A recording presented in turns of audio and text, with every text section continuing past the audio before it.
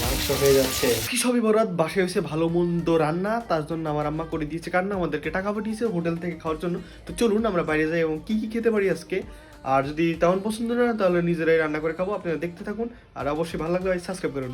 বাসার সামনে রেস্টুরেন্ট এখানে খেতে এসেছিলাম, বাট আজকে অনেক ভিড় থাকায় তাড়াতাড়ি ফুরিয়ে গিয়েছে। তার জন্য আমরা মন স্থির করছি আজকে আমরা নিজের হাতে রান্না করবো। প্রথমে চলে আসলাম আমরা বাজারে, মাসে দুই একটা শেখা খাই, বাট কখনো গরুর মাংস খাওয়া হলো না। তাই ভাই বললো আজকে গরুর মাংস খাবো, বাট দেখতে পাচ্ছেন এইগুলা নাকি বিক্রি হয়ে গেছে, অর্ডার দিয়ে রাখছে। আমার কত স্বপ্ন ছিল বাসার মালিকের মেয়ের সাথে প্রেম করবো, বাট আমার যে চেহারা দারোয়ানের মেয়ে দেয় নাকি সন্দেহ। আমাদের মাংস কেনা শেষ, এবার কিনতে হবে মশলা। এবার কাঁচা বাজারে যাবো, বাট মাংস রান্না করতে তেমন সবজি লাগে না, এই জন্য চলে আসলাম আমরা মুদি দোকানে।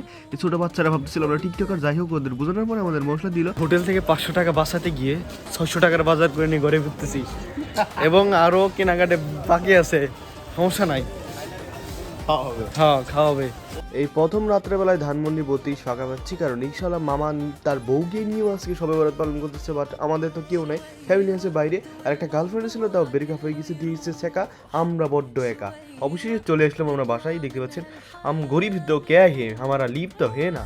এখন আমাকে ভুলে যেতে হবে 5 মিনিটের জন্য আমি ছেলে নাকি মেয়ে, কারণ আজকে রান্না করবো, আজ রান্না করা মেয়েদের কাজ, সেটাই করব।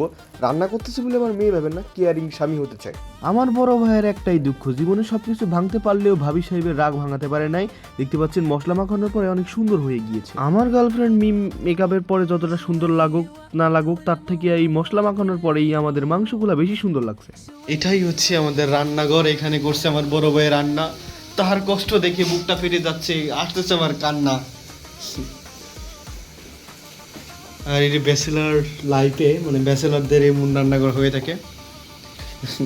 এদিকে না দেখাই ওই শার্টটা আমাদের শুভ সাহেবের।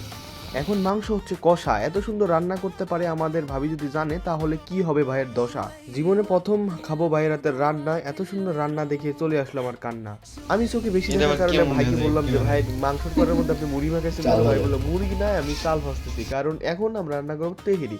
তো ভাইয়া সুন্দর করে চাল ভাজতেছিল, বলবো না কথা, চাল ভাজতে গেলে হাত হয়ে যায় ব্যথা। যে মাংস সাইড করে রাখছে, 2 পিস খাইতে গেছিলাম, ভাই বললো খাও, ওয়াশরুমে গেলে বুঝবা কি এর জ্বালা। শেষ করে না পুরা ধরেন আপনি স্বামী আপনার জন্য বিরিয়ানি পোলাও রান্না করে বলতেছে খাও মেরি মহারানী, তো আপনি পৃথিবীতে একটা জান্নাত পেয়ে যাবেন। আর ব্যাচেলার অবহেলা করেন, কিছু করে না, বেকার বেকার, এত কি আর করতে পারি, তবুও কেন আমাদেরকে পছন্দ করে না।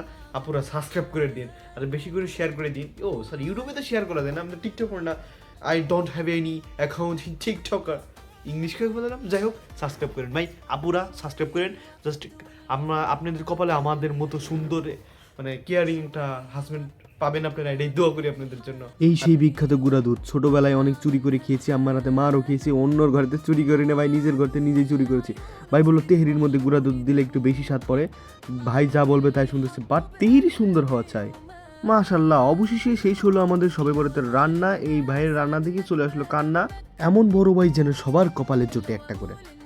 অবশেষে শেষ হলো আমাদের রান্না। তবে যারা আম্মারা দেখতেছেন তাদের একটা কথা বলি, মানে ব্যাচেলার ভাই, যে আপনারা যা ভাবেন যে আমরা খাই না, না খাই থাকি, এমন কোনো বিষয় না, আমরা খাই, ঠিক খাই। আপনারা হয়তো দূর থেকে চিন্তা করেন, চিন্তা করবেন না, আমরা অলওয়েজ চিলমোড়ে থাকি, খাওয়া দাওয়া করি, পড়ালেখা বাদ দিয়ে সব কিছু করি।